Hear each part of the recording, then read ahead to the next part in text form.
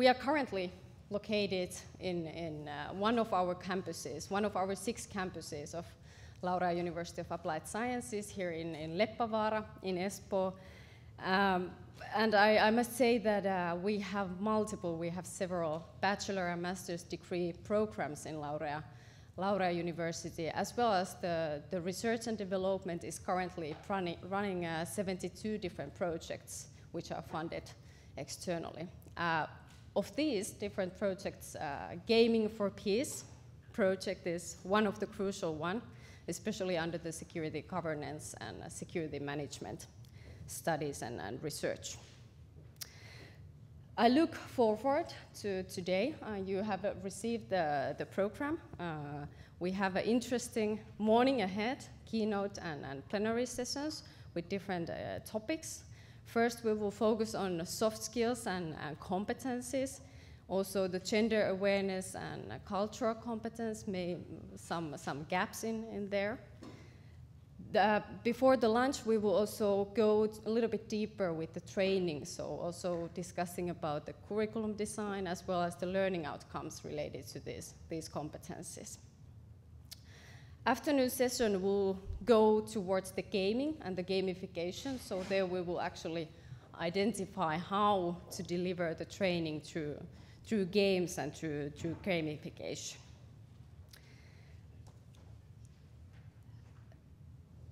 Few practical issues I want to announce. You came through the registration. The coffee will be served also in the same lobby than the registration was at 10:40. The lunch will be taking place in the left-hand side, in the bigger lobby, in the midday, so 12 o'clock.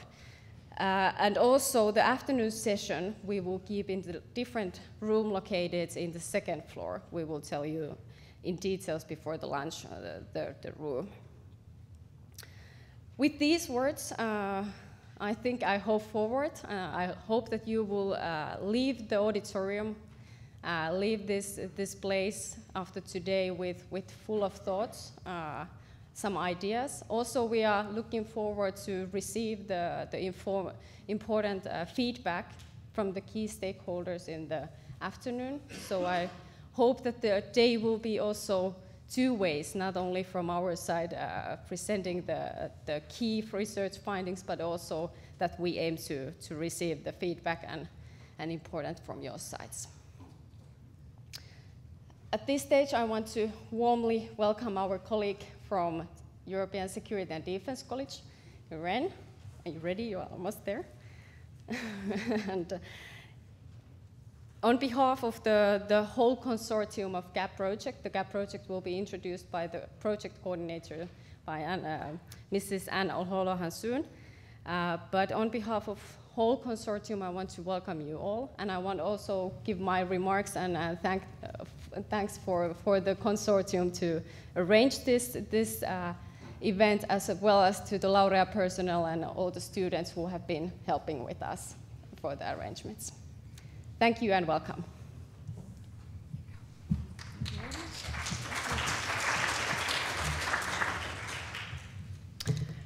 Yes, good morning, everyone. My name is Irina Eich. I'm from the European Security and Defense College, as was already mentioned. I'm here today as a board member, since the ESDC is a board member of this very interesting, promising project called Gaming for Peace. It is my first time that I'm sort of following this event somehow, so I'm really curious. I've had some very interesting discussions already yesterday on the project as such.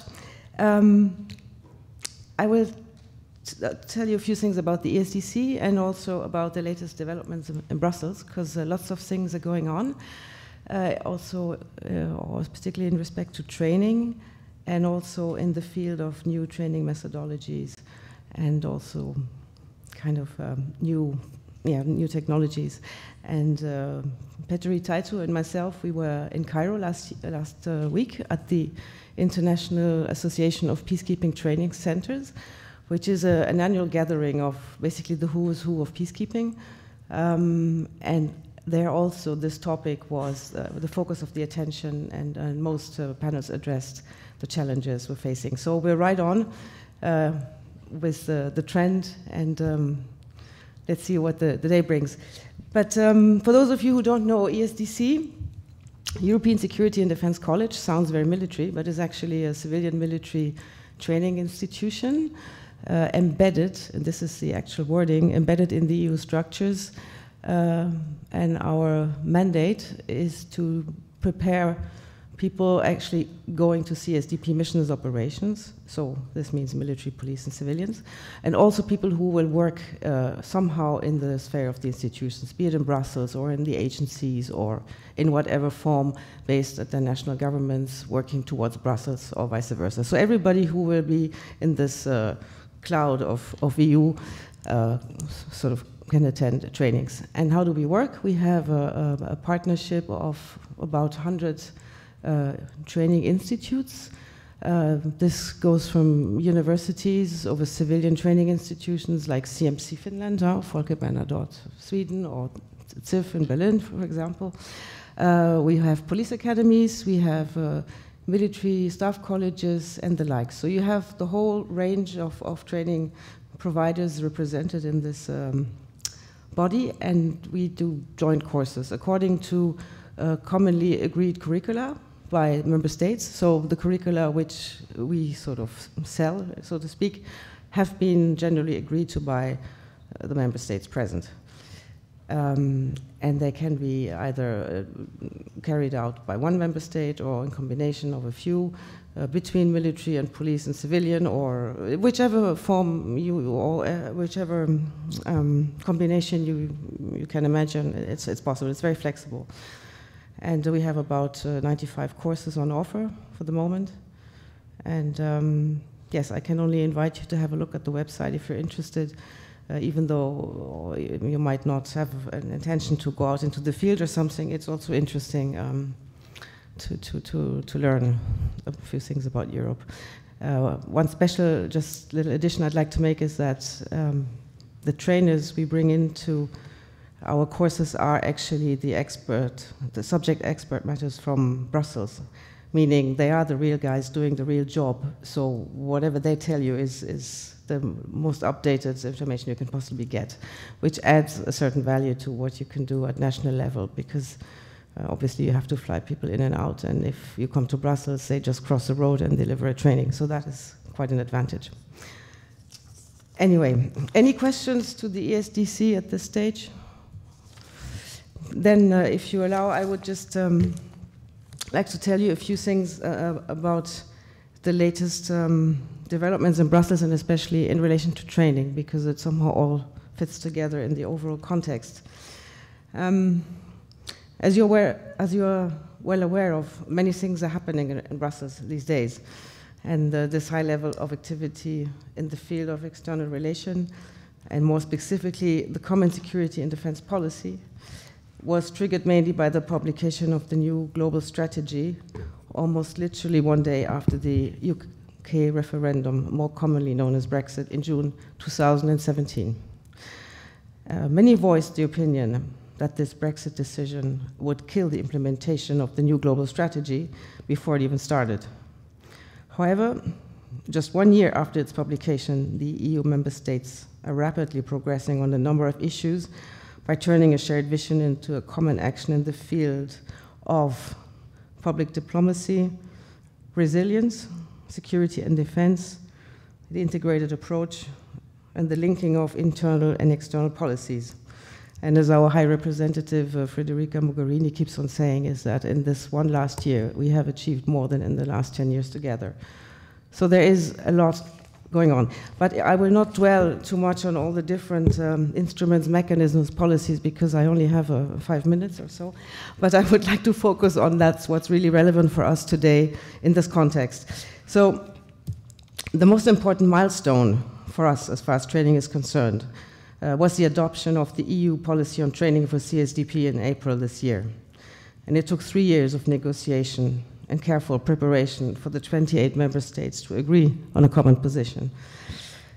This document stresses, for the first time ever, the importance of training in conjunction with the aspect of duty of care.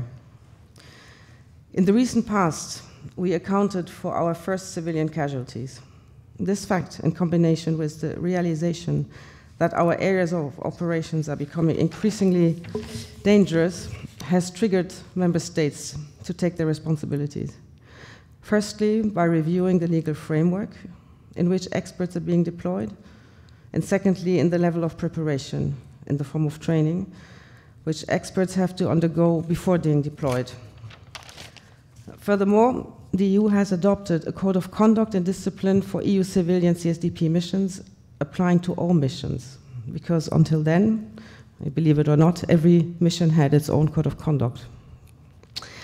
And the EU is currently updating the generic standards of behavior for CSDP, emphasizing sexual abuse and exploitation. And then last but not least, the new training policy also strengthens the role of the European Security and Defense College as the central training muscle embedded in the CSDP structures. The late Council decision of 2016 determined our status, widened our mandate, increased our budget and the number of personnel we're going to have.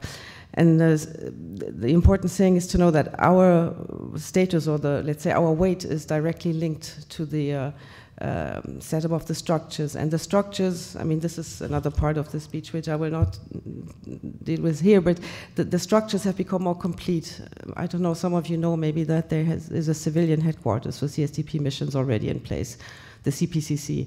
Now we have an MPCC, so we have the military headquarters mirroring the civilian. There's a joint logistics base. There are new financial instruments being put into place. The whole thing is becoming finally a coherent whole, which sort of is able to make sure that the missions are properly or can be properly run, executed, and administered.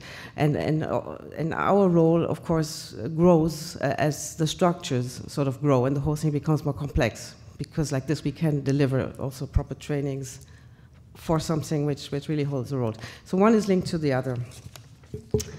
And just 2 more minutes. The last thing on pre-deployment, because we're dealing with soft skills, and of course all these soft skills are part of the pre-deployment trainings, as we will see in the matter of the day. This is another very important step, because the new training policy says that each and every future mission member will have to attend a pre-deployment training according to standards adopted at EU level before being allowed to take up his or her assignment in the field. And this goes for seconded as well as contracted experts, which is not of particular relevance in this context, but it is a matter of important financial implications for everybody concerned, especially for the seconding member states. Now, just to clarify, because there's often confusion in terminology, what exactly do we mean by pre-deployment training?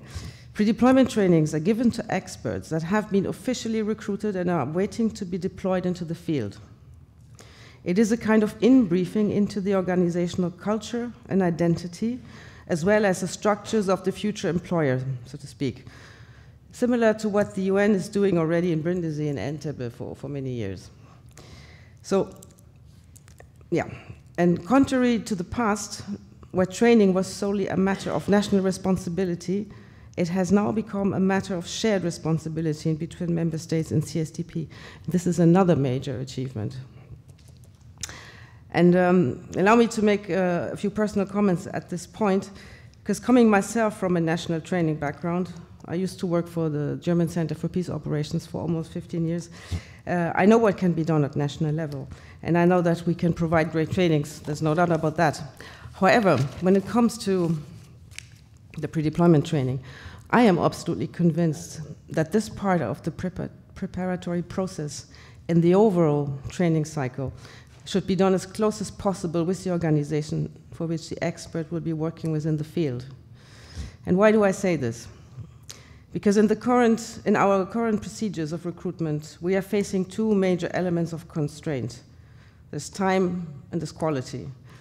As far as time is concerned, the fact is that most experts stay in the field for an average duration of 1 year. This means 3 months to find one's bearings, 3 months to initialize processes, 3 months to mentally prepare the return into your former job, and in between the obligatory vacation times, which you have to take. So all in all, this does not leave much room for contributing in a sustainable manner to the implementation of the mission mandate. As a result, it is of utmost importance that mission staff is prepared in the best possible manner in order to be able to blend in as soon as possible into mission life and to start contributing to the process. Now, and this now the quality aspect of it. As far as this aspect is concerned, the organization concerned, be it the EU, the UN, or the AU, is best suited to deliver the pre-deployment training. As I already mentioned, in the EU, this training is done together with member states who support our trainings on a monthly basis. And our PDTs in Brussels, the subject matter experts and the actual mission point of contacts train the future staff person. The briefings are tailored to the individual assignments according to the latest state of play. So you really cannot get it any more precise and detailed. And in the overall aim to address this dilemma of short time in theater, coupled with time needed to become operational, I kindly urge or try and convince everybody that this training measure is not competitive action, because lots of member states feel sort of a bit threatened by this new initiative. But it is not a competitive action, it is a complementary, preparatory step to make sure that people are functioning as fast as possible. And then to close the training cycle, you get the induction training delivered by the mission in the field, where you get to know or you get informed about the all administrative and operational things you need to know, how to fill in your vacation plan, which radio frequencies to use, what and not to do with your computer, and all this kind of stuff. So, and that is delivered by the mission.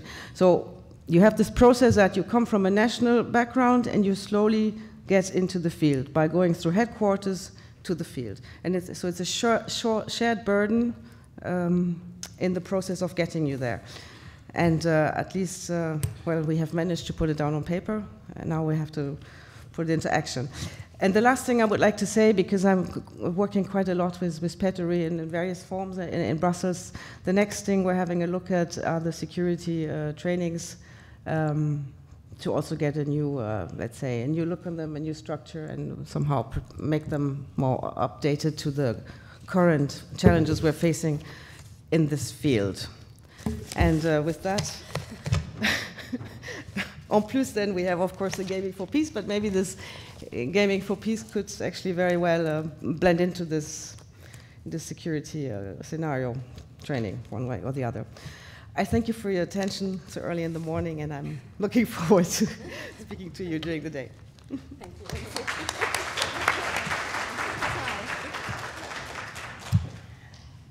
Thank you, Irene. I think this was very important in terms of putting ourselves to the context of the training in the peace building and crisis management, especially from the European Union perspective.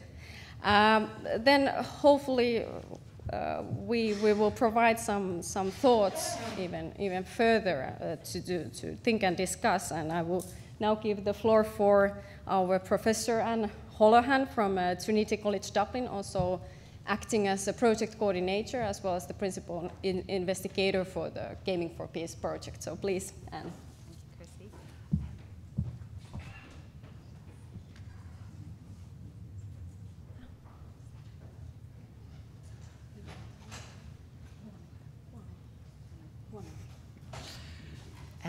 Okay, Coamente, everybody. I thought it was more complicated, so that's why I was checking. I hope I'm not just an acting coordinator, but an actual coordinator and principal investigator of Gaming for Peace. So I'd just like to say thank you to Kirsty and to Petteri and to Laurea for hosting the conference and for doing such a wonderful job.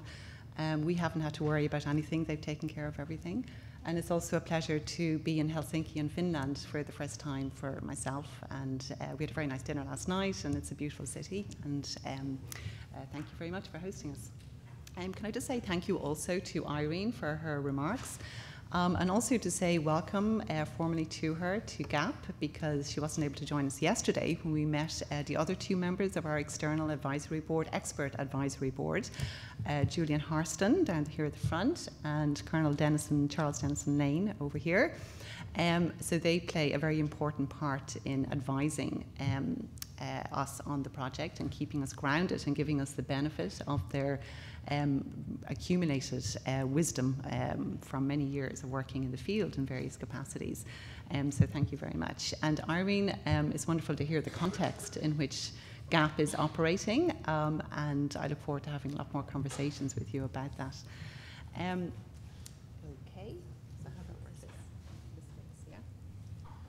Okay, and thank you everyone for coming here this morning, the people who've come from overseas and also local students. And if you have any questions during the presentation, you can put your hand up and we can stop and address them.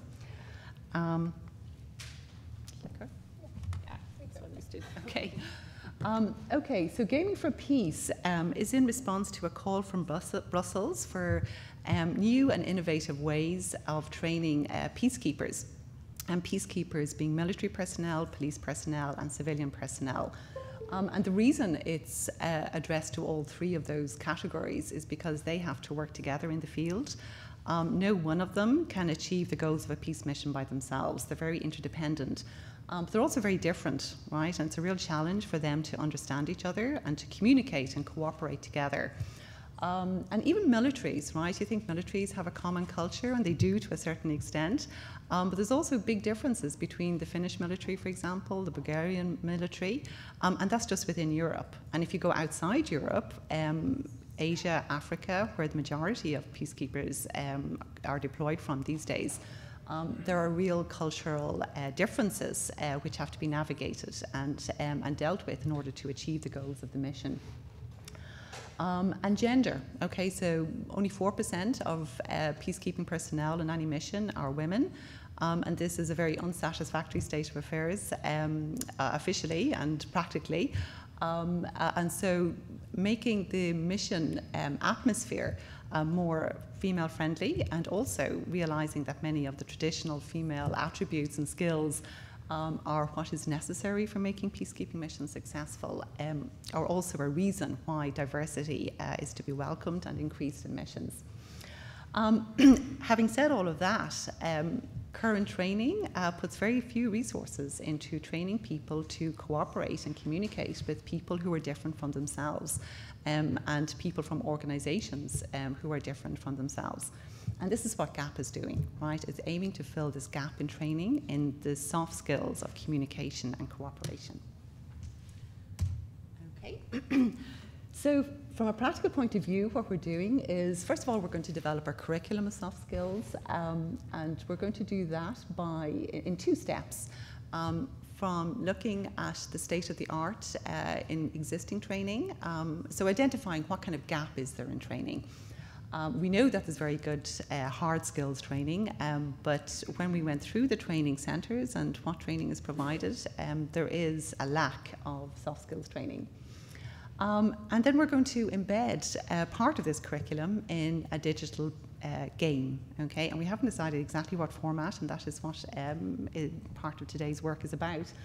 But the idea is to avail of the Proteus effect. And the Proteus effect argues that when you take the shape of somebody different from yourself in a game, so if you're a male peacekeeper, if you play a female peacekeeper, that has an impact on your identity, your self-understanding, and also, you experience what it's like for other people to treat you as a woman, for example. So this can have very significant effects in terms of increasing empathy and understanding and potentially behaviour. Okay, but the UN, the ESDC, they're not going to be interested in using GAP unless they can verify that the personnel who are playing the game are actually learning something. So we are aiming to fill that gap too in terms of assessment. And Vinnie Wade will tell you more about that in a little while. But we're figuring out ways to measure from people's behaviour in the game, and also from pre and post game testing, what exactly people have learnt through the process of playing the game in terms of soft skills. And again, the UN and ESDC want to know the quality of this assessment, right? And we address that with benchmarking the learning objectives in the game against international standards. And again, our partners Upskill will explain more about that. So to sum up, GAP provides an efficient and inexpensive way of training a lot of people. Right now, there is some gender training out there, but it is largely classroom-based, and there's very little role-playing learning. And the type of learning that takes place in the classroom is quite different from when you actually have to play at being somebody. But the role-playing that exists is good, right? But only a tiny fraction, a tiny proportion of peacekeepers actually get to go on those role-playing exercises because they're expensive and logistically difficult. So GAP allows or overcomes those barriers of cost and logistics. So there's no limit on the number of people who can play this game and attain the learning objectives. And also the game can be customized. So the Bulgarian military, for example, would have different requirements in terms of training its personnel than the Northern Irish Police. So the aim is to develop a core game, and then we can customize the curriculum and game from that. Now, I don't have a huge amount of time, I know, and I have a lot of slides. So, so just to tell you about, okay, how do we go about doing this? Well, we need a variety of skills, and we have that in the consortium. We have a great consortium comprised of academic partners, of end users, and of companies, right, who actually make the game, do the standardization, help us with the evaluation. And then we have the end users, the militaries, the police, and the civilians. And these are partners who are all funded by the European Commission to do this process, right, to do this project. And I'll just quickly go over the consortium to show you. So the academic partners from the top: Trinity College Dublin, the Ted Kennedy Institute at the National University of Ireland Maynooth, Laurea University here in Finland, Ulster University, and the National Defence University in Warsaw in Poland. And then the SMEs are Haunted Planet Studios, Upskill, Future Analytics, and Inquiria. The end users, Irish Defence Forces, Vincent here in Finland, the Polish police, the Polish military, who are doubling as an academic and an end user partner, the Portuguese State Police, the Bulgarian military, and the police services of Northern Ireland. And we have civilian organisations as part of our advisory board, but they're not actually a full partner. So that's the consortium. How long do I have, Kirsty? 1 2 minutes. Oh, really? Okay. Oh, this is just a graphic to show you. We've realised as we go that it's very collaborative, right? And typically, sometimes in European projects, things work very well when everyone just goes off and does their own work package and their own little section. But what we're realising is that it's incredibly complex to do something like this, and we actually have to meet and talk and work together all of the time. Because you can't do any one step, either designing the game, incorporating the assessment, making sure that the end users, making sure that it's valid in terms of authenticity of the scenarios in the game. So we want to avoid getting tangled with each other, so we try and make it as productive as possible. Okay, so we kicked off in September 2016, and then we followed a number of steps. Okay, so how do we actually go about doing this?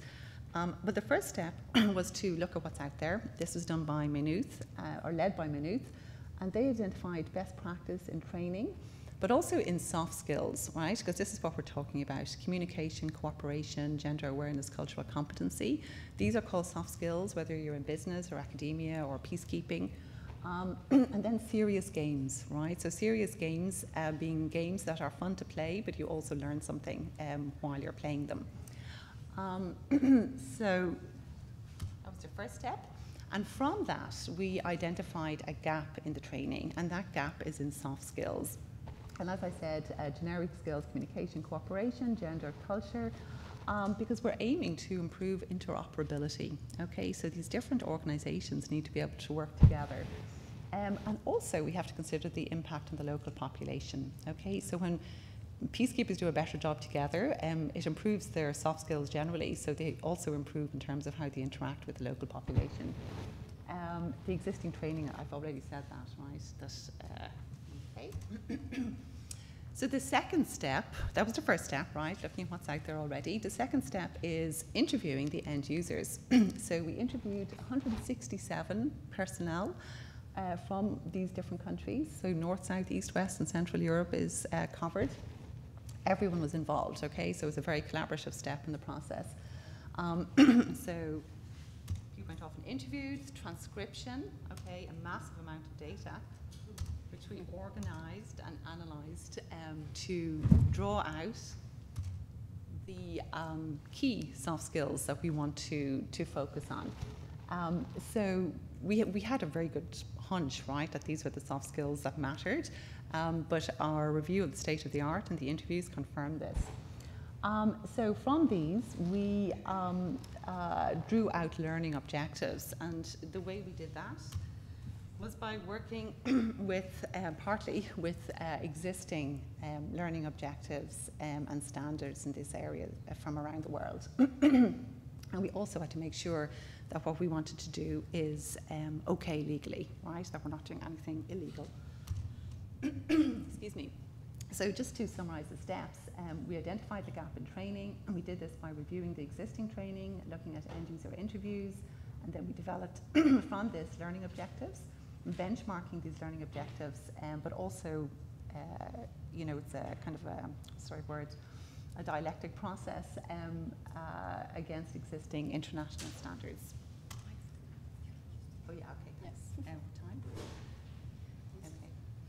Okay, so assessment, right, which I think maybe Vinny got how important this is, but I think I underestimated just how central it is, because there are quite a few training games out there already in soft skills, but what they're missing is the ability to verify what people are learning from them. So a serious game, in order to be taken seriously, needs assessment. So we had a whole process over the last few months in doing this, and we did it through defining a soft skills competency model. So we wanted to figure out, you know, how can you observe these skills? How can you measure them? How can you demonstrate them in the game? And then how to figure out whether people actually have the soft skills that they say they have. Okay, so how was this done? We did a series of methodology workshops, and in these methodology workshops, again, a collaboration, right, between the games company and myself and the other people in Trinity in Adapt and Learnovate. But we pulled out vignettes from the interviews, right? So data, stories that people told in the interviews. And we got peacekeepers to read these in workshops, right? And to talk about what soft skills were evident in those vignettes or scenarios. Okay, and we wanted concrete behaviors, because when you're playing a game, it's very concrete, right? You need to be able to see if somebody is communicating well, if they have, okay, maybe if they're wearing dark glasses, right? That they will remove those if they're speaking to somebody. So these concrete details in terms of observable behaviors. Okay, so this is just to prove we actually did the work, right? The methodology training workshop on the left, and then the one in Dublin on the top, the one here in Finland, in Laurea, in the centre, and then the one in Poland. Okay, so we did the same process, and Vinny will talk more about that. Okay, and now we're on to the phase of, okay, we're figuring out the assessment, in-game and out-game. So basically, we want to be able to verify whether people are actually, see where they are before they play the game and see where they are afterwards, and get them to reflect and talk about the experience of playing the game. So you can imagine yourself, if you're playing the game, you will want to talk about it's quite visceral, particularly if we use VR, which we're intending to do. So talking about the impact that has on you of playing somebody who's different from yourself. So now we're getting into games company territory. So they're actually looking at how to incorporate those limitations in their design of the game, having to incorporate the assessment, which is called instrumentation. And then throughout the project, you know, the game is no good if no one uses it, right, or the curriculum. So we want to make sure that everyone who can use it is aware of it. and also can help us in terms of giving us advice about what to do to make it useful. So that holds true for the military, police, civilian organisations, but also the training organisations. And I know there's several trainers here today, so it would be great to hear back from you about your impressions of the project, any suggestions you have, any constructive criticism. And so Laurea is crucial in terms of this, letting everyone know about the project, okay, dissemination. It's done in a variety of ways. There's our website, there's our Twitter feed. There is, if you subscribe on the website, you get newsletters, right, keeping you up to date with what's happening. So thank you to Laurea for doing that. And then the Commission requires us to document, and also we're producing knowledge as we go, and this is captured through deliverables, all right? So I won't bore you with the details on the slide, but you can see there's a flow of work, okay? And so far things have gone according to plan, which is really good. And the next steps for the next 18 months, 12 months down, 18 months to go, is to focus on the game design and working in a dialectical way with the assessment process, and to evaluate what we're doing, okay, to see does it work, and to disseminate and let everyone know about it so that we can line up potential clients for afterwards. So I think that's it. So do you have any questions?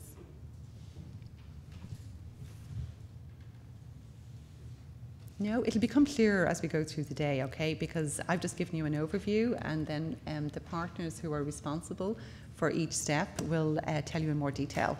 But do ask questions as we go if you're not clear about any part of the process or the steps. So thank you. Okay.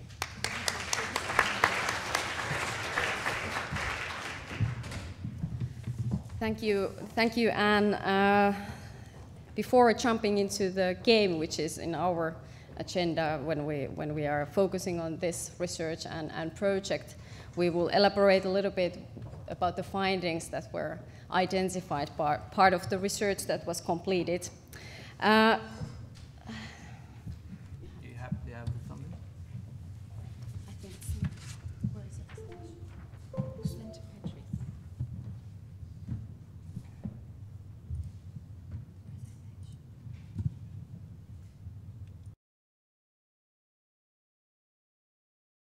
They are looking forward to the presentation. I will introduce the next speakers. So we have from the National University of Ireland as well as from the University of Ulster, two speakers, doctors, Roisin Smith, welcome on board, as well as Philip McGregory. So hopefully you will introduce yourself further.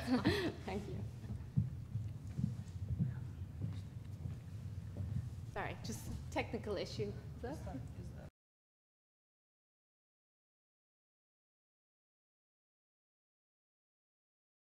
It's on. Yeah. And this is working.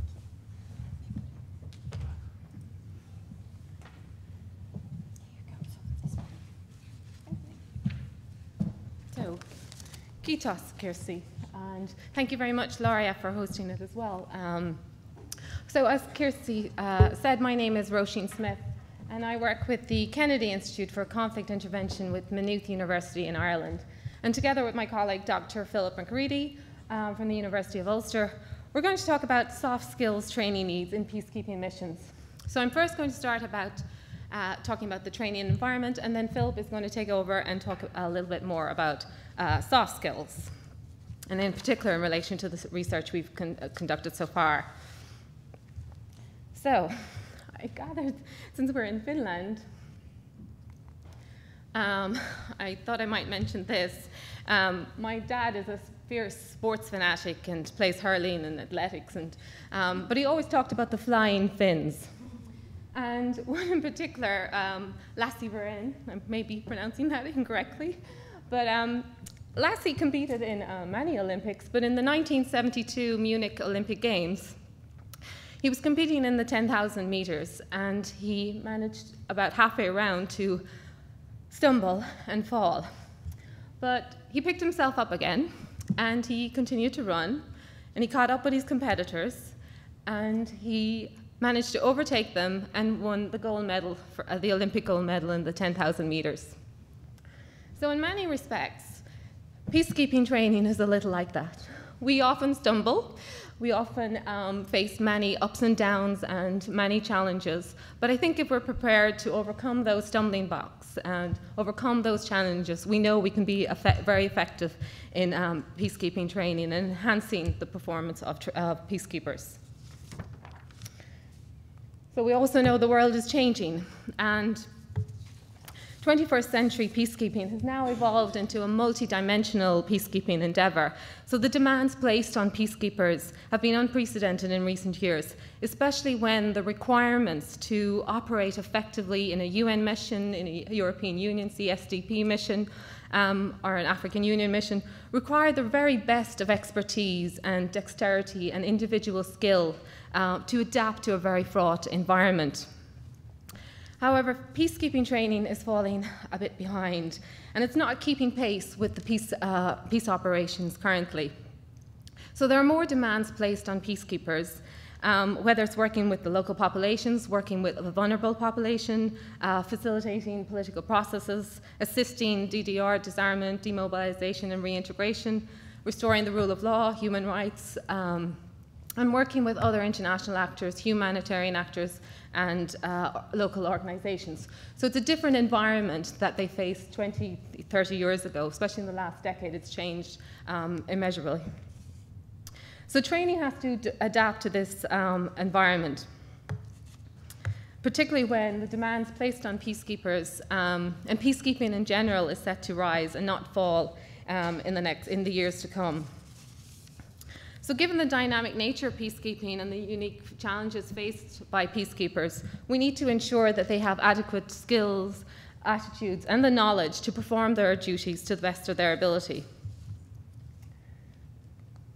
We know that there are currently over 170,000 peacekeepers currently on missions in peace operations today. The majority are from the United Nations with 120,000. That's 90,000 troops, about over 13,000 police, and then over 5,000 civilians.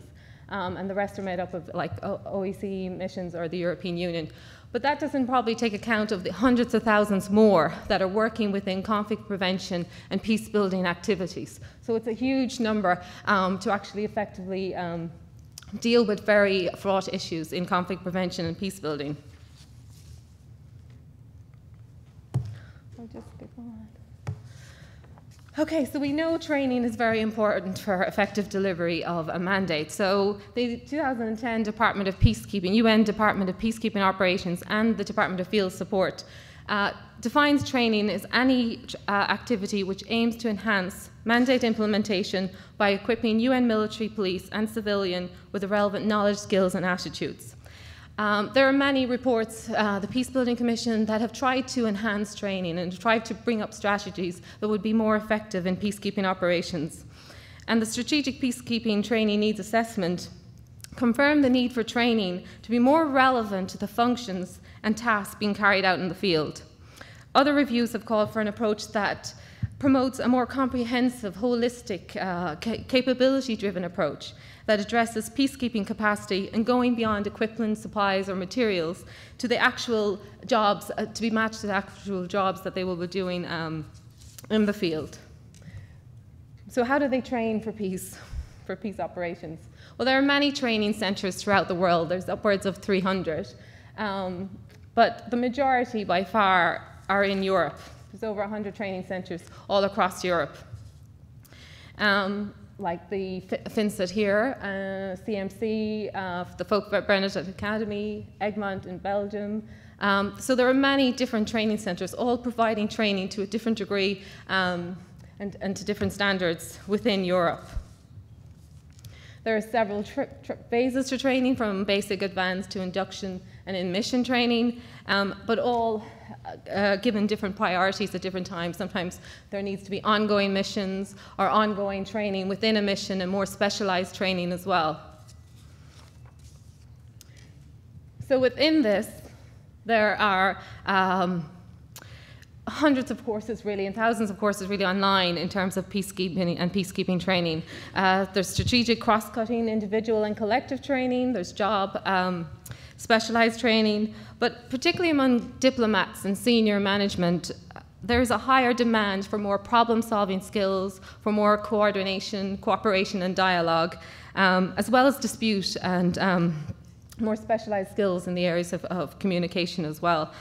So lots of the courses address things like mediation, election observer, HEAT, which stands for Hostile Environment Awareness Training, there's cross-cultural training, there's human rights, there's strategic strategies for trauma awareness. So there's a variety of courses, and it's very diverse within Europe at the moment. And most of these courses and trainings are carried out classroom-based or lecture-based, sometimes seminars, sometimes it's blended learning or types of simulations, sometimes role-playing, but there are more innovative approaches coming on stream to try and enhance training for peacekeepers. So currently there's no real consistent way of talking about the different types of courses, and proper training needs to be constantly reevaluated, improved and upskilled, especially in terms of refresher courses. And while there's no guidelines, and while there are some guidelines and reports, and Irene mentioned some of them in terms of updating training, there are procedures and quality management standards, but it's not really carried out in a systematic manner.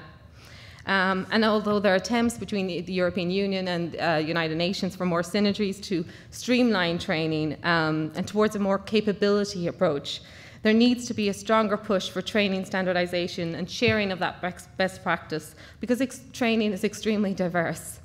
And there are many shortcomings, and there needs far more investment and more initiatives like Gaming for Peace. So given the diversification of training needs, and given that peacekeepers are expected to do a number of extra duties under the umbrella of multidimensional peacekeeping, without always having that training necessary to perform their duties and to excel in peace operations, it's especially very evident and having adequate training in soft skills. And particularly given the current environment of peacekeeping, there's a prerequisite for efficient and effective value placed on the training of personnel within peace operations. And as I said, particularly on soft skills, which my colleague, Philip McCready, is going to speak to you a little bit now. Thanks very much, Roisin. Kiersey's actually asked me to introduce myself again. It seems to have been a common link with the Gaming for Peace project of the mispronunciation of all our names. So, as Roisin correctly pronounced, I'm Dr. Philip McCready from the Ulster University. And our role in the GAP project was the exciting and invigorating work of managing and conducting some of the qualitative interviews. So, the first aim, which we assisted the Ted Kennedy Institute, was as part of the scoping exercise into the training skills and packages that are out there at the moment. A tangential aim of that was developing a definition, a working definition of what are soft skills. So as you can see on the screen, what we've attempted to do is draw together the competences of teamwork, communication, cooperation, facilitation, negotiation, leadership and decision making, and some of those we'll return to later in the presentation and specifically later in the day. So the definition we propose at the moment is, for the purpose of GAP, soft skills were defined as skills that were cross-cutting jobs and sectors and relate to personal competences and social competences, personal qualities, attributes, habits and attitudes, and non-job specific skills that are related to individual ability and to operate effectively on peacekeeping and peace-building missions. So after that work package was complete, we had to ameliorate that and back that up with evidence from data. So we conducted in total 168 interviews throughout the project. And as you can, that was a mammoth task, and I'm sure the students in the room appreciate how exciting it was to code those through in vivo and digest those as information and analyse. And to give you an idea of the demographic of the people we interviewed, they have direct experience in over 50 different conflict zones and missions, with the most popular areas being Afghanistan, Kosovo, Bosnia, Lebanon, and Iraq. So after that, they had to be analysed, and with the thanks of our colleagues in Upskill, we began a mapping exercise. And what we discerned was, from the data collected, there was a discrepancy between soft skill elements that we then needed to group together. They were quite malleable and transferable, and the categories, the macro level categories into which we've classified them, point to key soft skills in communicating and listening, cooperation, leadership and decision making, gender and cultural awareness, coordination and stress management. To pick out a couple of those and to contextualise our work with the rest of today, my colleague, Dr. Kamila Trankowska, and I apologise, Kamila, if I pronounced that incorrectly, but it's keeping with the theme of GAP, and she will return to the gender and culture competency shortly, in the following presentation, actually. So in terms of the soft skill elements, to pick out a few that are on the screen for you, these are just a few overarching soft skill elements that emerge from the majority of the 167 people interviewed. The overarching aim of the work we were undertaking was to identify specific training needs. And in terms of those training needs, these are the conclusions we've come to and came to after the mapping exercise and analysis of the 168 interviews were complete. So, first of all, training needs identified were based on real life situations. They must be practice, not academic or theory driven. They must utilise the experience of those who were actually there. The participants identified that the lessons must be easily accessible. All personnel must be trained irrespective of rank, from commander down to lieutenant, down to NGOs. Everyone in the mission must be trained in all soft skills. Need to be prepared for social stress of being on missions, to take into account family problems, the isolation, and living with colleagues 24/7.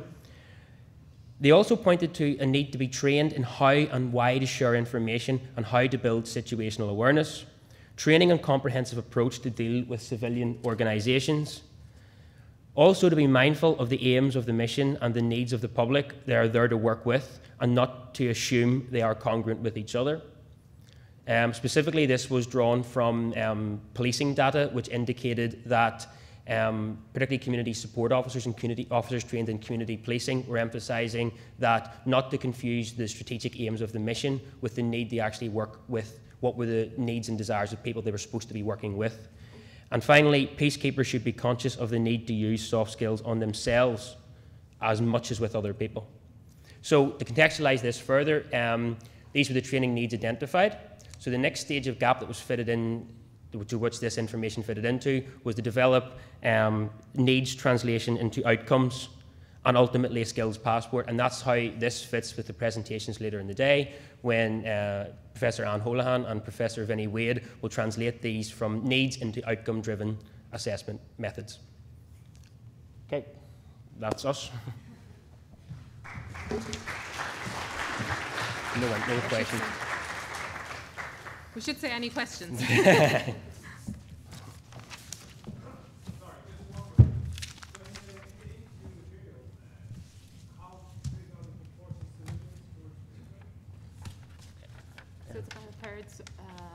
Civilian. It was roughly about a third civilian. Different regional partners had different access to different. For instance, my own research in Northern Ireland was solely with police, and roughly about a third civilians. We had no military access. The Irish Defence Force, through Lieutenant Colonel Sean Murphy there, came on board, so there was military there. But the overall project demographic, approximately a third were civilian. Yes. Probably less than a third were civilian. There's a lot of military and police interviewed. For the GAP interviews.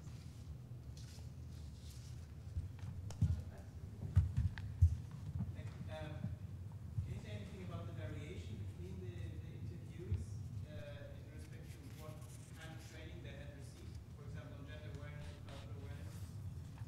Yeah, well, it was very broad. I mean, some people might have got an hour of training on gender awareness or cultural training, and some people might have got 30 minutes to none.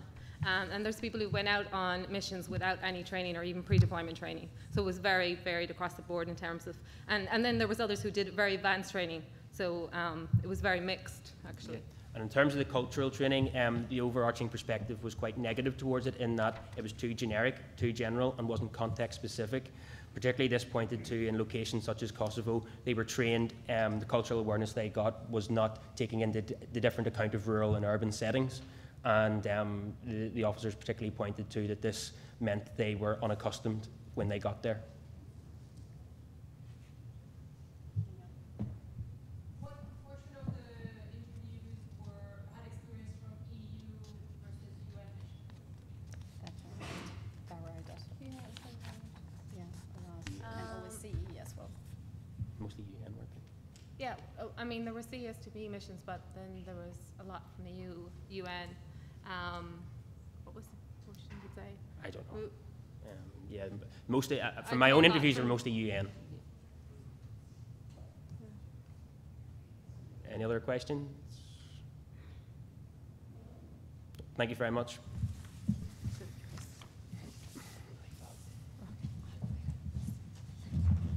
Yeah, I think so. Thank you.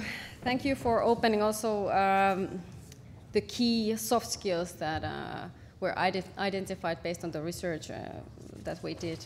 I think this is very crucial, and I also know that there are a lot of different categories that how we can categorize the soft skills and competencies, but especially in this context, those were the ones identified.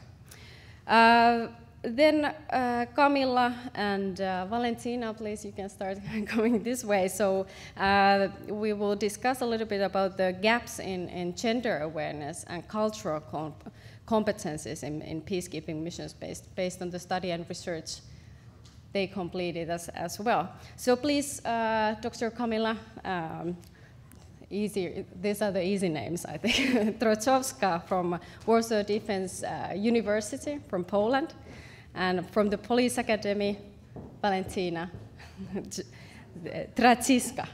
Was it correct? The European way of doing the projects also gives us a little bit challenges with the pronunciation as well. Artmir, would you be able to put the presentation? Thank you. Right. So good morning, everybody. Our presentation will be on, as you know, gaps in gender awareness and cross-cultural competence in peacekeeping missions. And, could we? Is it in the Should be. somewhere here? Yes. Which one? Here. Yeah. All right. Okay, and why are we gonna talk about it? Simply because we do this for a living, both me and Valentina. I'm an anthropologist primarily, but I deal with pre-deployment training of soldiers, both for the EU and NATO, and also a variety of other militaries. And Mrs. Ola here is, tell us a bit about you. Hello, my name is Aleksandra Nowak. I'm not Valentina Trzcińska.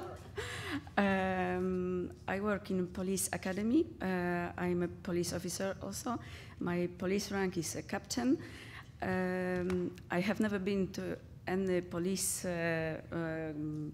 peacekeeping mission, but several years ago I was appointed by the chief of Polish commandant to be head of the commission, which prepared a curriculum for the police officers will go to the peacekeeping missions. I have also experience in gender area issues because I'm a police teacher and I teach, for instance, among others problems, law problems, I teach Polish police officers human rights issues. So that is why I will present a few minutes later information about the gender awareness in Polish police.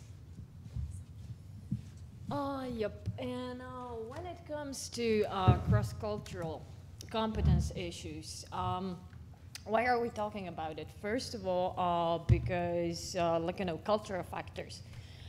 They are present in actually each and every aspect of a military operation or a mission, peacekeeping mission.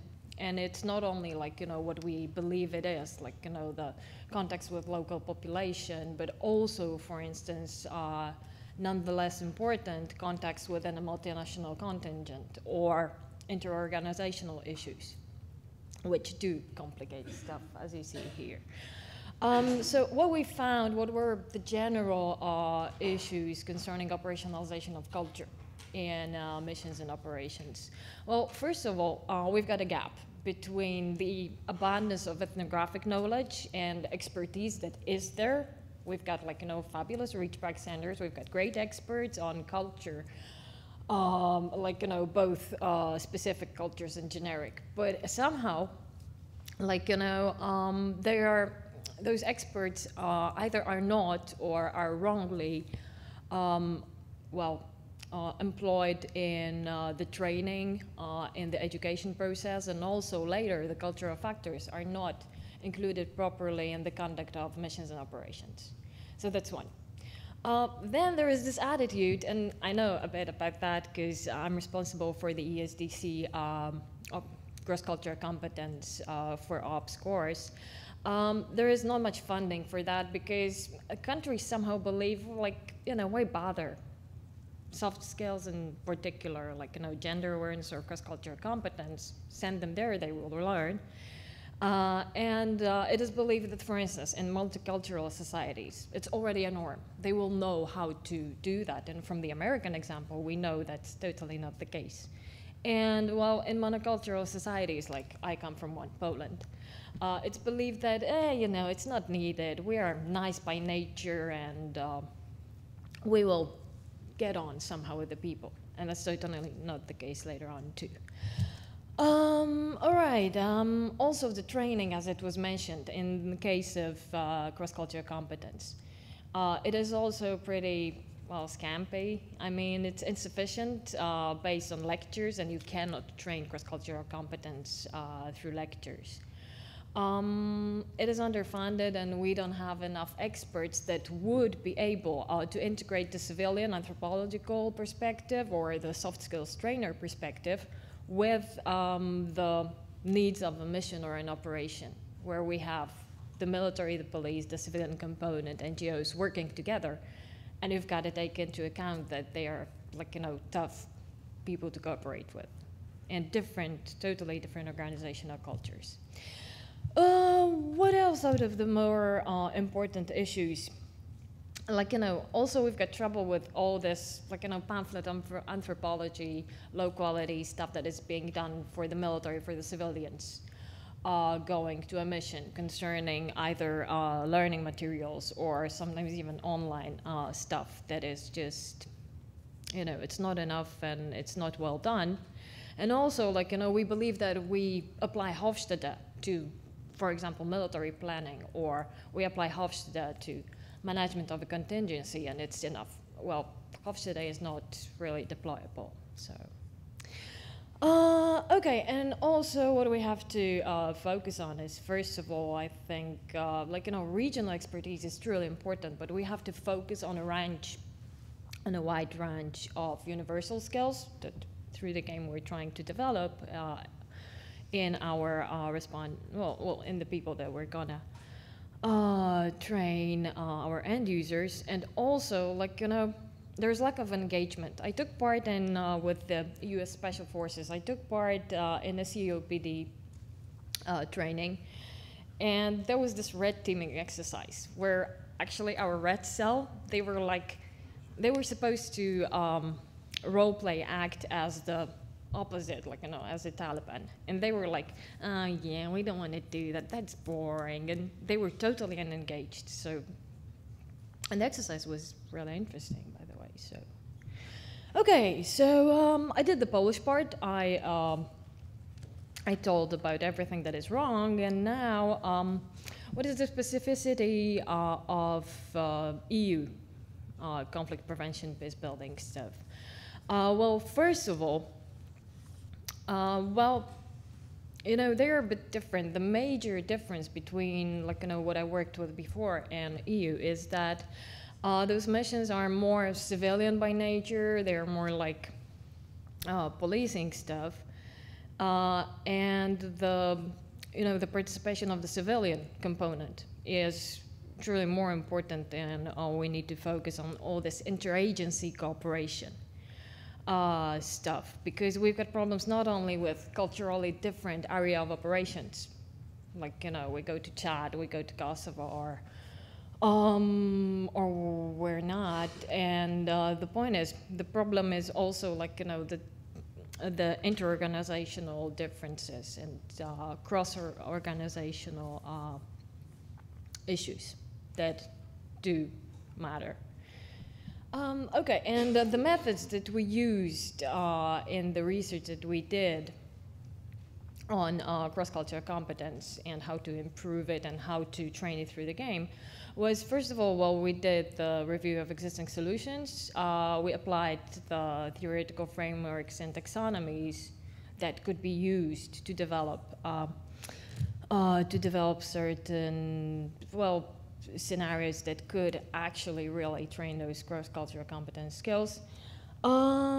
We used our own training and educational experience, and the next steps will be to analyze the whole interview set to make it even more narrow. And we already have the metrics that can tell us whether somebody did possess a certain level of skill or not, which is actually the major thing, right?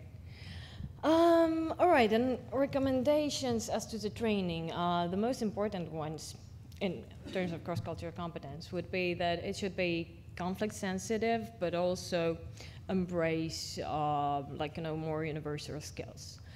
That the training should be people-centered, and, like, you know, all those web-based transmedia learning solutions do actually give the best results. And concerning gender, which is also nonetheless burning issue concerning nowadays peace-building landscape. Well, what we did was like how we did the analysis, because when we approached gender, we didn't approach only the women in the military issue. What we did is, okay, I will tell you a bit about the methodology, but in the interviews and later on in the analysis that we did, we looked at the general attitudes toward gender diversity, actually. Not really, like, you know, what do you think about the women in the military? But we asked about gender diversity because, you know, gender stuff is not only male, female, there's more about that. So then we looked at the influence of gender diversity on the mission environment, on the mission atmosphere, on, like, you know, this a band of brothers type of thing versus like some kind of new landscape that is emerging with the changing gender shifts. Then we looked not only at femininities and how they like, you know, how they have to adapt to mission environment, but also at masculinities and what does it mean to be a man in a mission and how does it influence your performance, because it really does too. And also we looked at the sexual minority issues. How does this influence your performance on a mission and the mission atmosphere, and how people actually are dealing with you. So we also had a look at how is gender covered in training, and as you know, like, you know, with everything else, only in Finland a significant amount of gender training, of real gender awareness training is being done. In the rest of the countries, not really so. And we also looked at the gender implications for addressing the gaps in soft skills and competencies and how to translate it into the language of the game that we're creating. And we asked about other stuff too, like, you know, about the gender and stress management, for instance, like, you know, how does your relationships change? How does your family life changes because you're a woman on a mission, you're a man on a mission, you're a lesbian on a mission, let's say. Okay, and then we've got the methodology that we used. Simply, we took the whole interview set We analyzed them in the context of gender. We did coding. And certain themes emerged, and what themes I will show you. And then we had those workshops on competencies and metrics, and we just drilled down into gender aspects of those two. We had those workshops in Ireland, Finland, and Poland, which I think is a good sample, because, like, you will see in the cross-cultural aspect that it does matter which country it was going on in. Okay, and now some more interesting findings. So first of all, what are the attitudes towards gender diversity? Well, yeah. You want to change the slide? Excuse me? Would you like to change the Oh, and I was changing. I'm good. Sorry. I was changing slides for myself. And no, that's perfect. And you haven't seen all that. I just totally forgot. But now you know what is there, and you listened because you had no choice. Okay, that's good. That was planned. All right. Okay, you should have told me. All right, now, the attitudes towards gender diversity. And this is actually not what we think as trainers that, that is there, or as researchers, but this is what our interviewers told us on average. So concerning the positive sides of gender diversity as seen in the eyes of our interviewers, well, it was pretty much based on stereotypes, of course not in 99% of the cases, but well, women are believed in general to bring in this, like, soft side of a mission, like, whatever is needed in the domain of soft skills, it's the female thing, right? That's what's believed in. And women in general are believed, first of all, physically weaker, and thus, to some extent, psychologically weaker, and thus, to some extent, there are certain roles that they are well seen in, and, like, combat positions, maybe not necessarily, like, we are not believed to have the proper equipment physically, psychologically, and more about that will be told by Ola, who will tell you a bit how it is in the Polish police, right? Thank you very much. I know that we don't have a time at all, so only 1 minute. The most popular approach to gender issue in context of the police, especially if we consider a peacekeeping mission, policekeeping mission, we thought, police officers thought that it is the male business, needing male characteristics as strength, aggressiveness, speed, and so on. There is a quite common convention that female characteristics like passion, compassion are less important in the context, so women are not perceived as so gifted to be police officers as a men are. And several general points. There is no special gender training in Polish police, although the matter of legal aspect of anti-discrimination is included on different levels of trainings, from the basic training through this training for the specialist and the high-level training. It was seen by responders that even those with this kind of prejudice against women, gender mostly didn't influence negatively the effectiveness of service in the mission environment. In one case, it was even mentioned that thanks to some extra feminine qualities of a platoon leader, she was able to be more effective in her task. The influence of gender was perceived as very possibly in 3 time.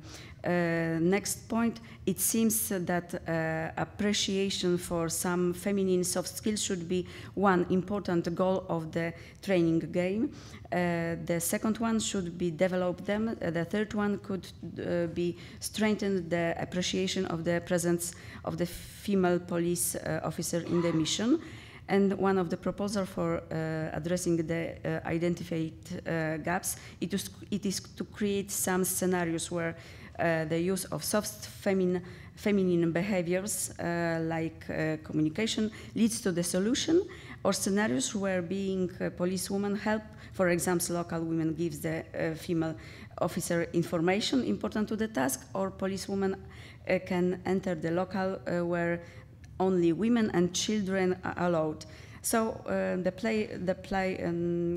player's avatar may be also a woman, not only in the story about discrimination, but also in other more combat scenarios. These results was achieved by the interviews performed among the police officers, done by my colleague, Walentyna Trzcińska. So thank you very much. Okay, and we had, like, some more recommendations, and also one of the most interesting findings was actually the cross-cultural aspect of all this gender perception in missions and operations. But since we're running out of time, I would highly invite you all to just, have a look at our website. It will all be there, and just follow us, read us, and you will learn a lot of interesting stuff, I'm sure. Thanks. Right.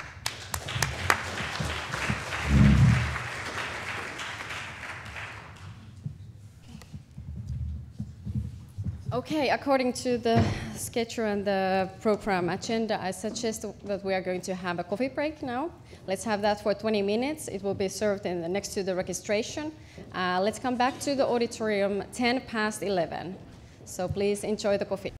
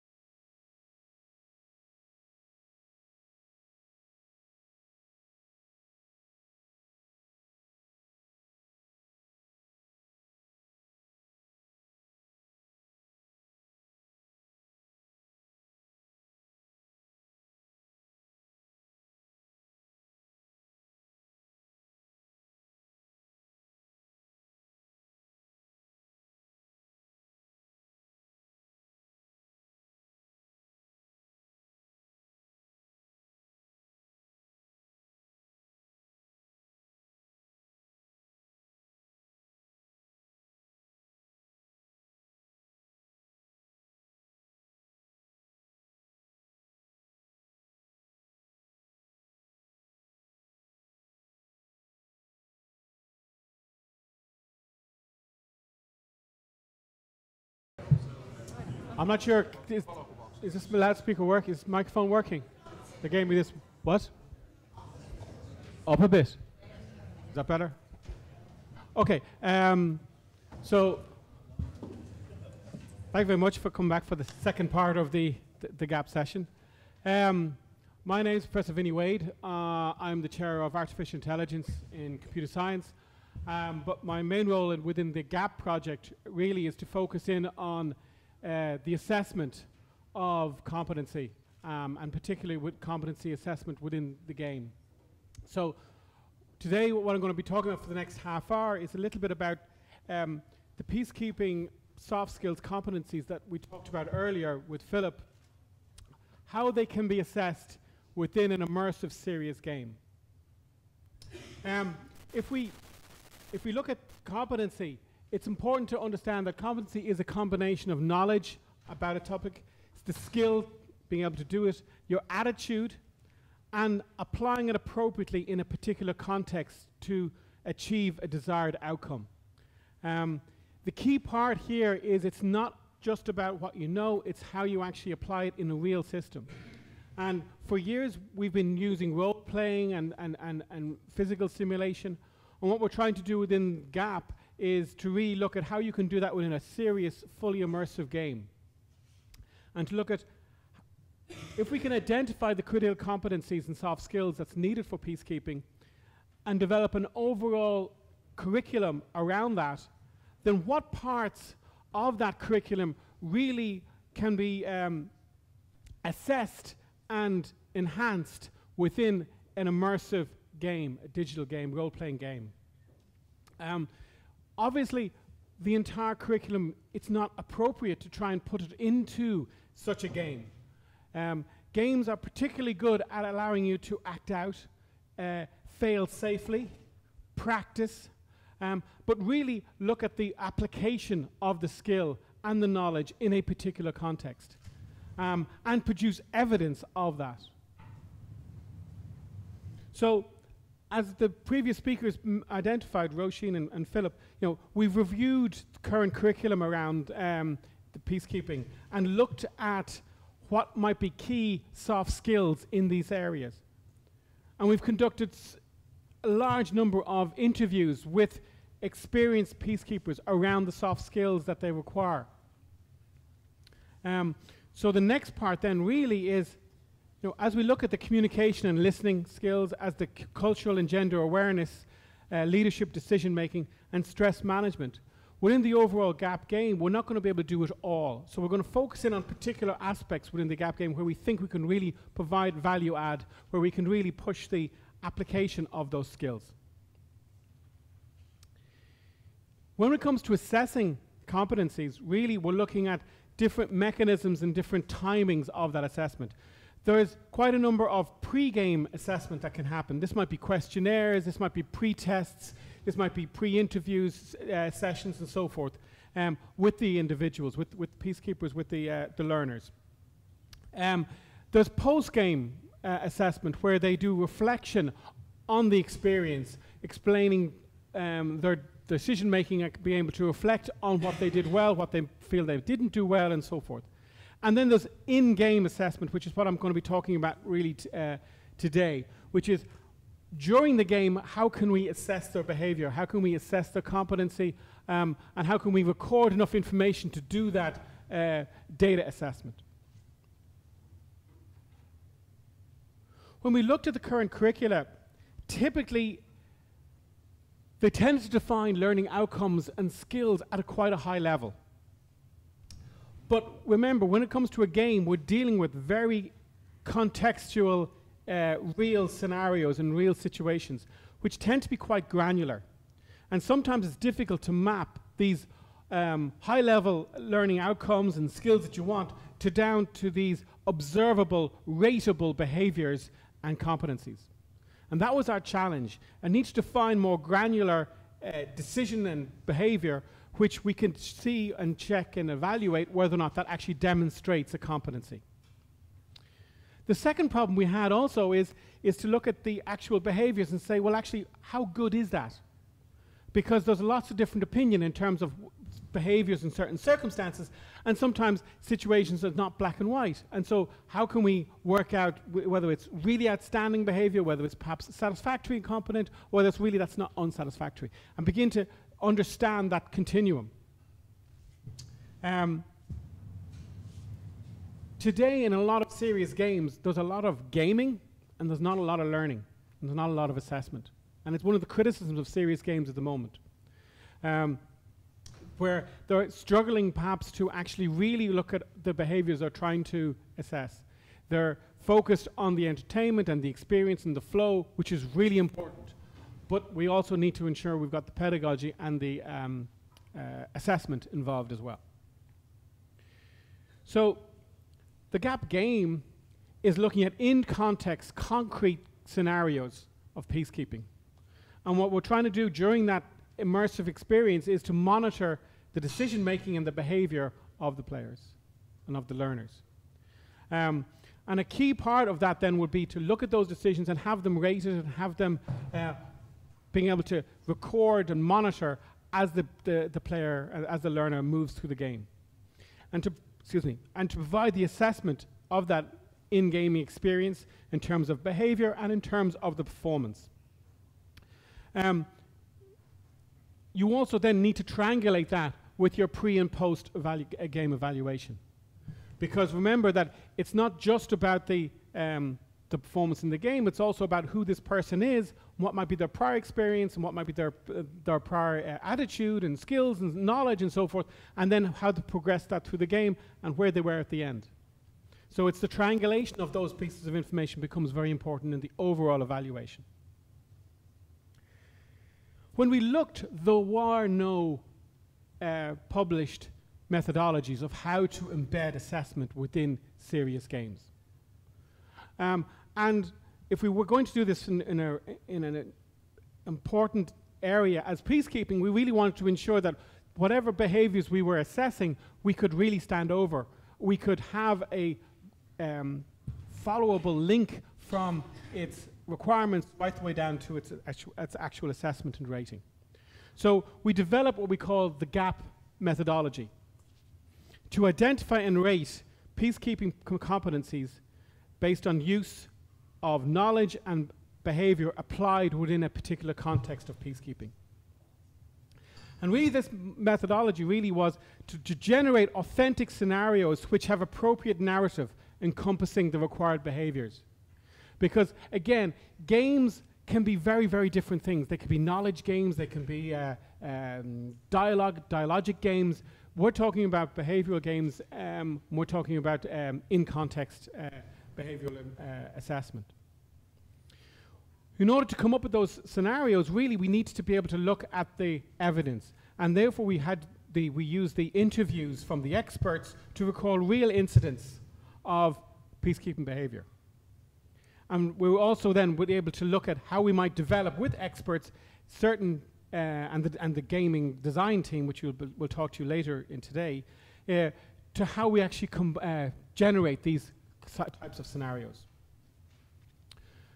Once we have those scenarios, then we need to use experts to identify and extract which are the key peacekeeping behaviors, soft skills, from those scenarios. So what ones they really feel are important. And then how do we rate that behavior? And what are the alternatives that people have seen in those similar situations which people make but actually would lead us down the wrong path, lead us down as a poor behavior, a poor decision making, a poor cultural awareness, a poor gender awareness. But even in the design of the game, that's still a small set of experts. What then we need to do is extract those behaviors on those instances, extract the ratings of those behaviors on those instances, but then actually go to a wider pool of experts and say, what do you think of those ratings of those behaviors in those situations? So we have a broader, if you like, triangulation of those behaviors in terms of ratings, so that we can stand over them, so that when the game actually produces some assessment information, we feel that they're actually evidence-based, but they are community expert-driven. So, as input to the process, we've had the soft skills requirements Roisin and Philip talked about earlier. The state-of-the-art analysis and the mapping to standards, which actually Stephen is going to talk about pretty soon. And we had the interviews and analysis, which again was talked about in the previous speaker. And then what we did was we began to say, okay, well, let's define scenarios from those interviews that we want to use. Let's identify what are the competencies within those scenarios. And let's identify what we call dimensions of those competencies. Because what we found was when we looked at the scenarios and people using their competencies, we found that there were multiple competencies or multiple skills being used together, but typically with an overarching objective. And what that allowed us to do is allowed us to interrelate those particular skills in that context, in that particular situation. We were then able to identify the behaviors that characterize those particular competencies. And we created what we call BARS, which is Behavioral Anchors Rating Scale, which allowed us to provide some sort of feeling of how good those behaviors are in those situations at that particular time. And then we surveyed the experts. What produces out of that is we get a set of competencies, but we get some very concrete examples of them, behaviors, anchor points. And we get ratings of those behaviors. And we get a means of at least beginning to assess learners as they try and adopt some of those behaviors or not, as the case may be. So the game development is an ongoing process. It's over a 2-year period. What we decided to do within GAP is say, let's road test this methodology to see, can we actually produce these behaviors, can we actually produce these ratings, and can we then use them? So what we did was we trialed the methodology. So we used the interviews and we used the requirements that was already being defined within GAP. And we held a number of workshops with experts in Ireland, both North and South, collaborating. Sean from the Irish Army was one of our experts. In Finland, again, we had a number of experts from the different areas, and in Poland. Typically, each workshop consists of about 9 to 15 experts drawn from military, police, civilian, and academia.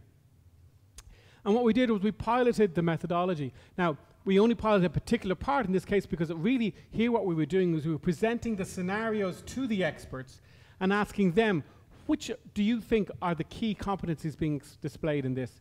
What are the key behaviors? And how would you rate those behaviors? And how are the competencies interlaced or interlinked in that? And what we were able to do through those workshops, we would extract that information, but extract it in such a way that those behaviors were observable. Obviously, there were other behaviors in there, but in games, sometimes those are not observable. We can't really look into someone's brain and see what they're actually thinking at a particular time. So we're looking for more for what actually they represent in terms of behavior, decision-making, feeling, whatever. What they produced was a set of competencies and those competency interrelationships.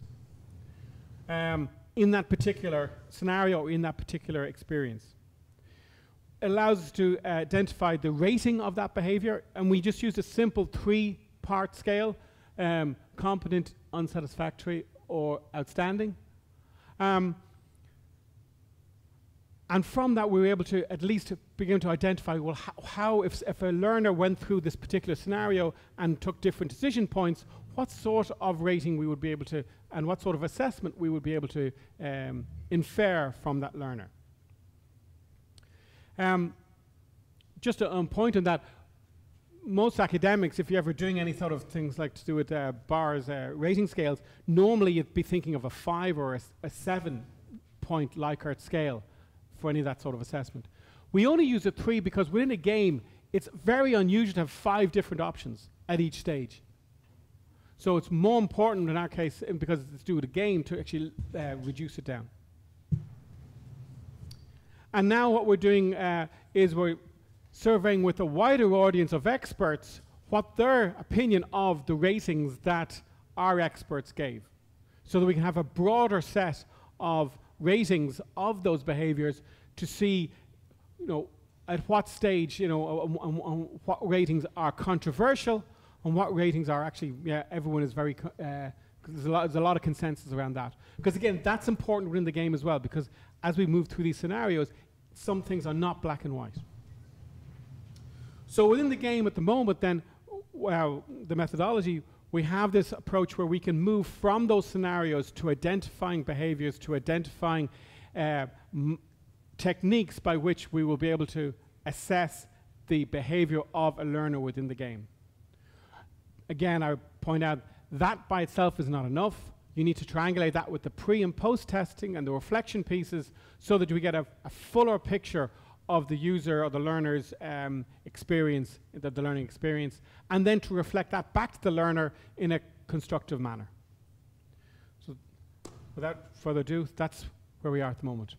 Thank you very much.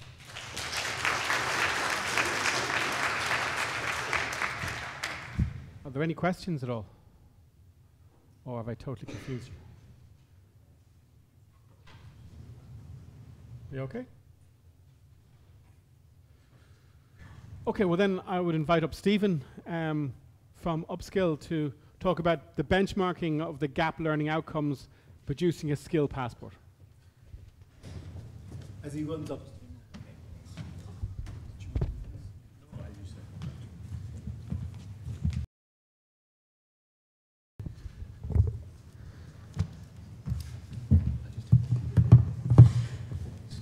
Otherwise it'll beep it.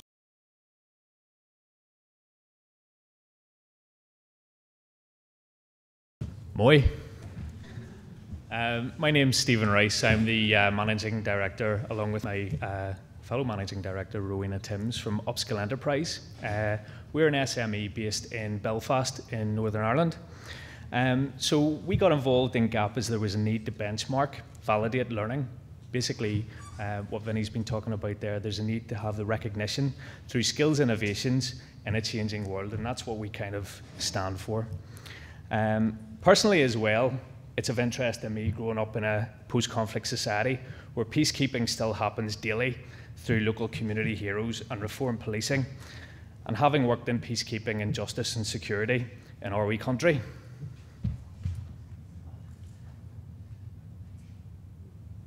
So part of our work in terms of benchmarking and developing the skills passport, I'll talk about the benchmarking first of all. In step one, really, we're looking at the review of all interviews completed within the military, police and civilian peacekeepers, reviewing previous research and related projects. And this is really important to really understand the concept of the skills and the benchmarking that are required through the project. And step two is agreeing the key themes, soft skills and needs, and to discuss any anomalies that are there, so working with the specialists in the area. Step three is mapping the key themes against standards and best practices. Now, this is really important to kind of, whenever we're talking about standing over skills, one of the most important things is to make sure that it aligns the things like the United Nations standards and other standards that are there so that you can have a validated base to work from. And we validated this with the three groups, the civilians, the policing and the military. The mapping process provided clear performance criteria and underpinned knowledge and understanding to write evidence-based learning outcomes. And this is really important when it comes to measuring those learning outcomes and providing some sort of accreditation. And then the final step is to consolidate and collate the findings, removing any duplication, and basically what we call this is the common lexicon. So looking at the common language and the common understanding across all factors. So as was said earlier, the GAP soft skills that were identified, there were 7 main themes: communication, cultural distinctions, decision making, leadership, stress management, hope that's not my indication to get off, cooperation and gender sensitivities. This is a bit of an example of the mapping process. Now, it is very cumbersome in terms of text here, but in terms of the standards that we were kind of benchmarking against the skill elements, I'll just touch upon a couple of these now, and I have to come across to this screen because my eyesight just isn't that good. So we're looking at the skill element on the far your left-hand side there, looking at mentoring, advising, monitoring, partnering, coaching. We looked at the relevant performance criteria from the standards, so looking at the skill standards internationally that are there. So for example, some of the statements are the learner must be able to encourage others to create opportunities to engage in social community, voluntary and other cultural activities. And then from them we can derive the knowledge and understanding requirements from the standards that the learner must be able to know and understand in order to achieve the skill element. Now this is very important, I suppose, from the game point of view in terms of the metrics, and working very closely with Learnovate, is that there are things which can happen within the game which can be captured. And in terms of validating formal and non-formal learning, this is quite crucial because there's things that where you undertake a skill in your everyday life, why not get accredited for it? Why not get some sort of appreciation for what it is that you actually do? So underpinning the work that we did, there was other research that needed to take place, and Upskill is very proud of the fact that we do bring in specialist research to understand the full standards that exist. So as well as that, understanding the need for a kind of coherent skills process and methodology for benchmarking. So just picking out a couple of these ones, Euro4 case studies found in Kosovo, police needed more post-conflict soft skills training. The UN Directive on Gender Equality in Peacekeeping highlighted inclusiveness and balance between genders is needed for post-conflict missions. And post-conflict areas such as Northern Ireland, for example, necessitate skills in mediation. The final one there is the Sphere Core Standards Cluster approach, and Sphere was initiated by a group of humanitarian organisations, NGOs, to improve the quality of actions during disaster response. This is an example of what a standard kind of looks like in Sphere. So you've got, you know, on the left-hand side, what kind of area that they're looking at, and then the key commitments and quality criteria that they want to achieve. So we'll move on now to the skills passport side of GAP, which is, from our point of view, and also the European Commission's point of view, something which is very important, not just for the people who are going through the GAP training, but also to align to things like the European Skills Agenda, and also looking at accreditation, mobility, and validation of formal and non-formal learning. So currently what we know is that soft skills are currently underrepresented in terms of qualifications versus technical skills, especially in peacebuilding missions. A skills passport provides a digital documentation to validate the soft skills acquired via GAP, and it's accessible by the cloud. It provides users and peacekeepers with detailed feedback on the skills attained, and that these meet the standards set by experts. Again, this is so crucial. The user accumulates equivalencies or units, which can then be accredited in their own nation jurisdictions according to the EQF and, the European Qualification Framework and the National Qualification Framework principles, and come out with some kind of abbreviated things sometimes that I know don't make sense to people. But this is really important as well. We're working very closely with an organisation called CCEA in Northern Ireland, who are members of the European Qualification Framework and work with the ECFET principles, which we'll go into in a minute. And we're always kind of relying on them to give us a guide and a steer as to how we can put the skills passport in place. I'm going to show you a very quick video here. Hopefully it works. The video is the use of ECFET, a common methodology framework. Did you see how many difficulties learners and providers of vocational and educational training have to face every single day simply because event provision in different countries consists of a mix of different courses which are accredited by different international systems or are homegrown? The result? Confusion, limited definition of qualifications, and restricted mobility. But don't worry, I proudly introduce you to ECFET. ECFET provides a common methodological framework enabling event providers and employers to validate the achievements of event learners irrespective of learning context, location, or delivery method, allowing for more accessibility, flexibility, and mobility. You event providers are essential to ECVET implementation. Want to know how and why? Then follow me. VET providers have a crucial role in ECVET. They have to follow an established process which includes identifying competencies, entry level and requirements specific to particular training courses. The providers have to also set specific and achievable objectives, normally collectively referred to as learning outcomes. In addition, ECVET allows learning institutions to also establish total learning hours, number of credits, and duration for the courses provided. You might think it's a long process, but hey, this is all for VET providers and learners' benefit. VET providers benefit from ECVET since it supports them in designing tailored and flexible training programs. ECVET enables VET providers to better communicate and clearly provide information regarding educational and training courses. ECVET enables VET providers to design training programs that are more relevant to the industry. When following the ECVET system, VET providers will help to facilitate the mobility of their students. So it facilitates the recognition of VET qualifications both at national and European level. ECVET enables institutions to better collaborate and cooperate with one another. Was I right when I said that ECVET makes things easier and that it's extremely beneficial for VET providers? If you would like to know more, contact the European Union Programme Agency by calling on 255861. We'll skip that part. Guy sounds like me without coffee in the morning. So basically that was showing the use of ECVET, a common methodological framework for validating learning and accreditation. And it is very important for those training practitioners in the room to understand, and I'm sure a lot of you already do. From our point of view, accreditation can provide the formal recognition of soft skills via the skills passport. Peacekeeping experts and ECVET assessors ensure that GAP's architecture meets the learning curriculum standards. The learning outcomes have been turned into learning criteria, mapped to occupational standards, aligned with international skills standards. So Rowena's done a lot of very, very hard work looking at the Irish, UK, South African, Australian, as well as the professional standards from the United Nations and NATO. All developments keeping to the ECVET principles, and multinational approach creates a standardized language and metrics, and this is so important.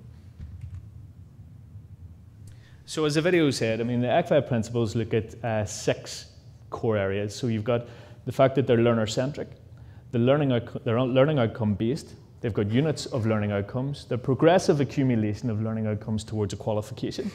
So there are components, and there's a lot of, and this might not be very good for people who are from a kind of a further higher education point of view, but unitization is something that is really important now, breaking down the units of learning to allow people to pick and choose the parts of qualifications that they actually want to achieve, and building up a bit of a portfolio to be able to get accredited.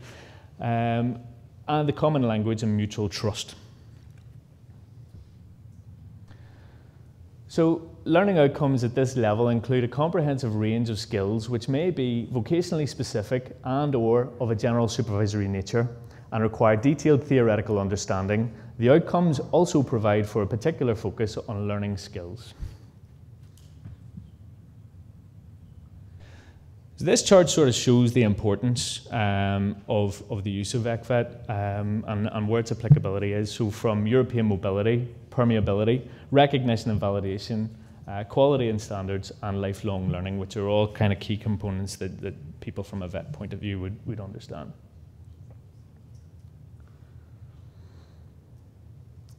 And the ECVET elements and processes include competent institutions, memorandums of understanding, learning agreements, assessment and transcript of records, and validation and recognition. And that, as part of the skills passport phase of GAP, these are the kind of principles that we'll be following as well.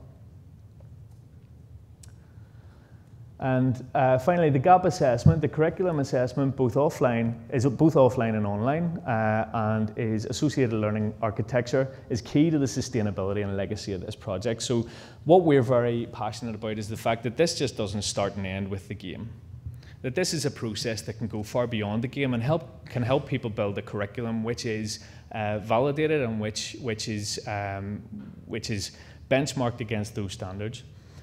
It has a reliability and validity of assessment, requires careful and close consideration and triangulation with in-game metrics, so we'll be working closely with Vinny on that. And the goal of standardised testing is to be fair and impartial. This must be under constant review as the scenarios for the game are built and the offline curriculum developed further, keeping the constantly evolving needs of the stakeholders, building an adaptability and iterations into the curriculum will help to make the GAP proposed game a successful reality. Just want to say thanks very much for your time in listening to this, and I'd be happy to take any questions. You managed to get through a presentation with my drogue Northern Irish accent. Hopefully you were able to follow. Thank you very much.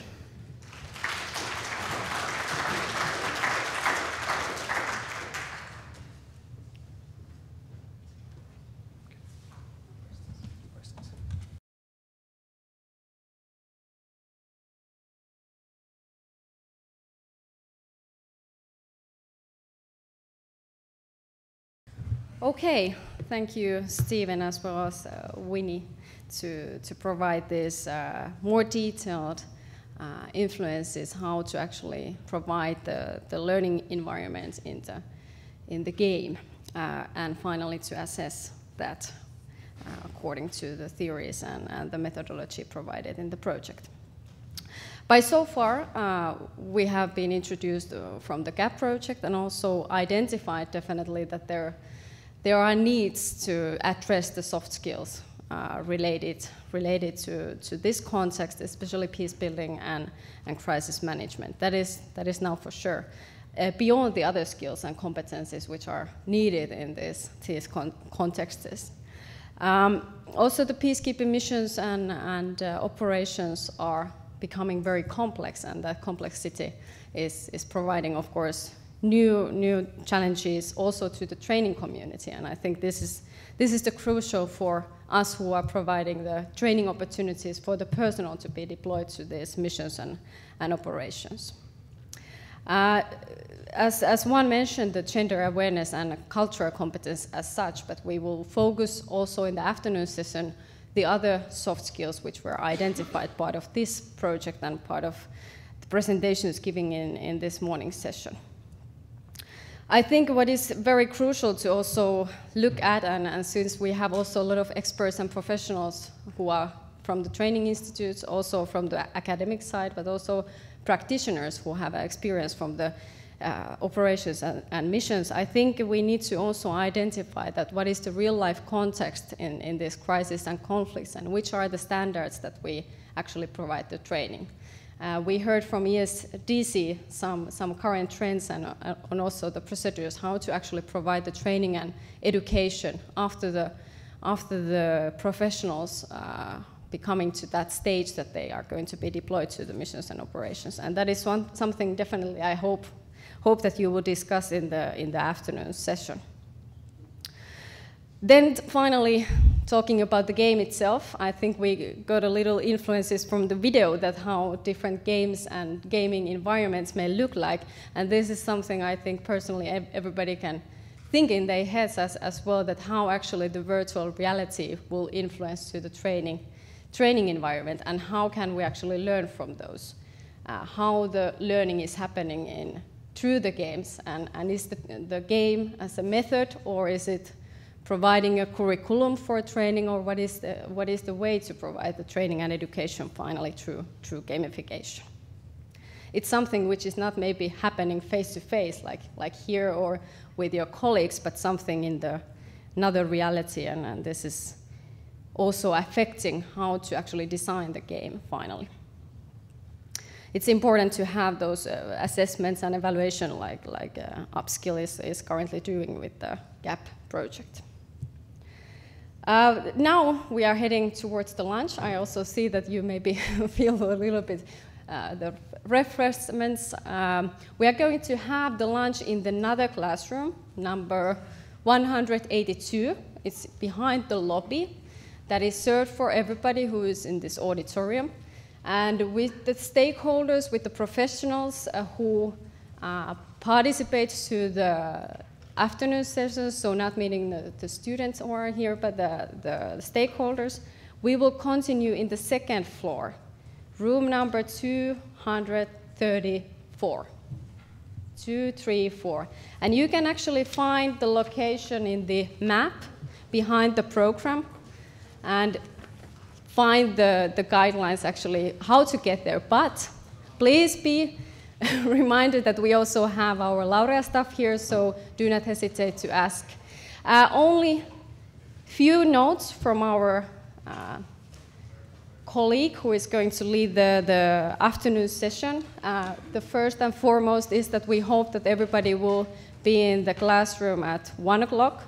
We have pretty tight schedule, and we also want to receive a lot of feedback from your side. And Mats, if you would like to, with few words, guide us further. Hi everybody, my name is Mats. I'm with the Haunted Planet Studios. We are the game developer on the GAP project. So we'll be running this workshop in the afternoon, which starts at 1 o'clock, and we're planning to start pretty sharp because we're kind of limited on time. And essentially the workshop is about the game design, right? So we're at a kind of an interesting point now in GAP. We have all the scenarios, we understand how the learning objectives, which ones are important, and so on. And we've come up with sort of 4 different ways to design the game, essentially at high level design. So 4 different game concepts, essentially, and we're going to present those to you this afternoon, which would be a little bit of a challenge because we don't actually have a game, right? So you're going to have to bring your imagination along to the afternoon, but we will help you with some visuals and talk about what we envision these 4 different game concepts could be. And then we're looking for your feedback, especially if you have experience with peacekeeping and sort of actually been deployed in the field, when we're especially interested in your thoughts, because we think that the 4 different concepts have their respective strengths and weaknesses, but we want to know what you think as well. So the way it'll work is we'll present the 4 concepts one at a time and give you a little bit of context before that. And then we'll break people up into teams of maybe 4 groups of maybe 6 people per group, and then there'll be somebody taking notes for each group, so you can focus on discussing the 4 particular concepts one at a time. And then hopefully we'll be able to take your thoughts and turn them into some, or have some constructive critique, essentially, that'll help us guide the game design from now on and forward for the rest of the GAP project. So hope to see you at 1 o'clock, especially if you have a real experience with peacekeeping. Thanks very much. Yes, thank you. And only the last before we go to the lunch, because I have seen you taking pictures, and I'm sure that you remember everything. But if you don't be hesitated to go our project website. All the presentations will be uploaded to the project website, so those are available over there. Thank you, and meet you at 1 o'clock.